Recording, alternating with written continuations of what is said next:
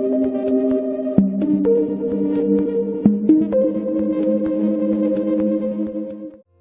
there.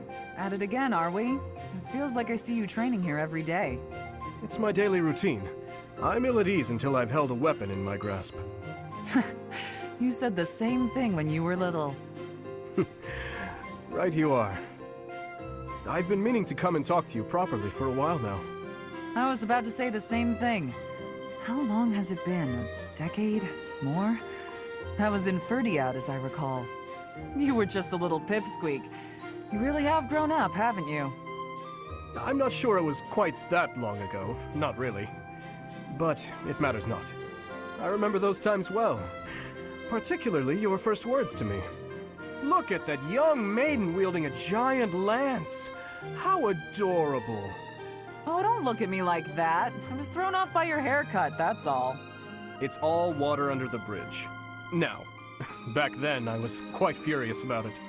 My father did give me a stern reprimand for speaking so rudely to a prince. But then, I never had a chance to apologize. I was always getting into trouble back then, just like the incident in Dusker. Speaking of, do you ever think about going back to House Karen? Do you, Cassandra? No, I'm happy with the life I have. No offense, Your Highness, but I don't fight for king and country anymore. I fight for Lady Rhea. It doesn't bother you? Being labeled a criminal? You're worried about my life as a fugitive from the Holy Kingdom of Fargus. Don't worry about me. I'm here because I want to be. It suits me far better than the life I'd otherwise lead, as a noble lady of the kingdom. Is that so? How about you? You've never wanted to roam free? To enjoy life as an ordinary knight, unshackled from all those princely obligations. I can't say the thought has never crossed my mind. However, I am the son of a king. It's not possible for me to put my own desires before the good of the kingdom. Ah, you're too serious for your own good. How'd you become such a stiff? Don't worry, I've been working on that. Stretching is a part of my daily routine. If you can joke about it, there's hope for you yet. Another day, another training session, I see. You're quite dedicated. And practicing with the sword today. You weren't any good with it when you were little, as I recall. And who told you that? Lord Rodrigue mentioned it to me. He said you used to swing your sword so hard that you'd break it. That was ages ago. I've had plenty of time to improve since then. Now I count swordplay as one of my specialties. Care to see for yourself? Well, I can't just take your word for it, can I? Let's see what you've got. Well, I'm impressed. You're better than I expected. I could say the same of you. I suppose we students still have much to learn. No need for false modesty. We fought as equals just now. You're strong, and your form is excellent. You're clearly an experienced fighter. But you're greedy. You can't be so impatient to win. It'll come at a grave cost. Greedy? I see. I'll take that note to heart. You have my thanks for the instruction. Ah, it returns. The formality, the stiffness. Anyway, after we're through here, I might head into town for some food. Care to join me? I appreciate the invitation, but I have certain duties I must attend to this evening.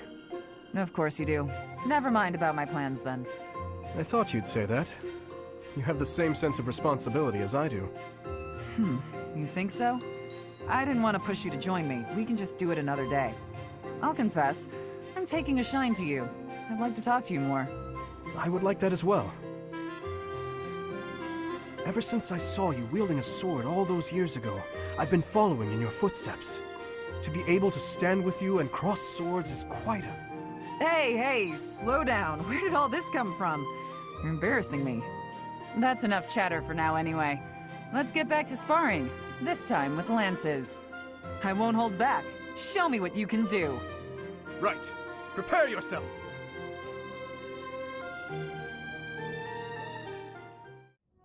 That was delicious. Wow, I'm full. Nothing beats a big meal after a training session.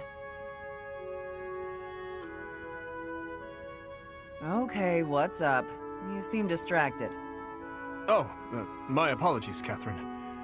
I was just wondering whether you had any desire to return to Fargus. No, I haven't even entertained the idea. My loyalty lies elsewhere. May I ask why you have devoted yourself to Lady Rhea? It's simple. I adore her. Lady Rhea isn't just kind, but strong and courageous.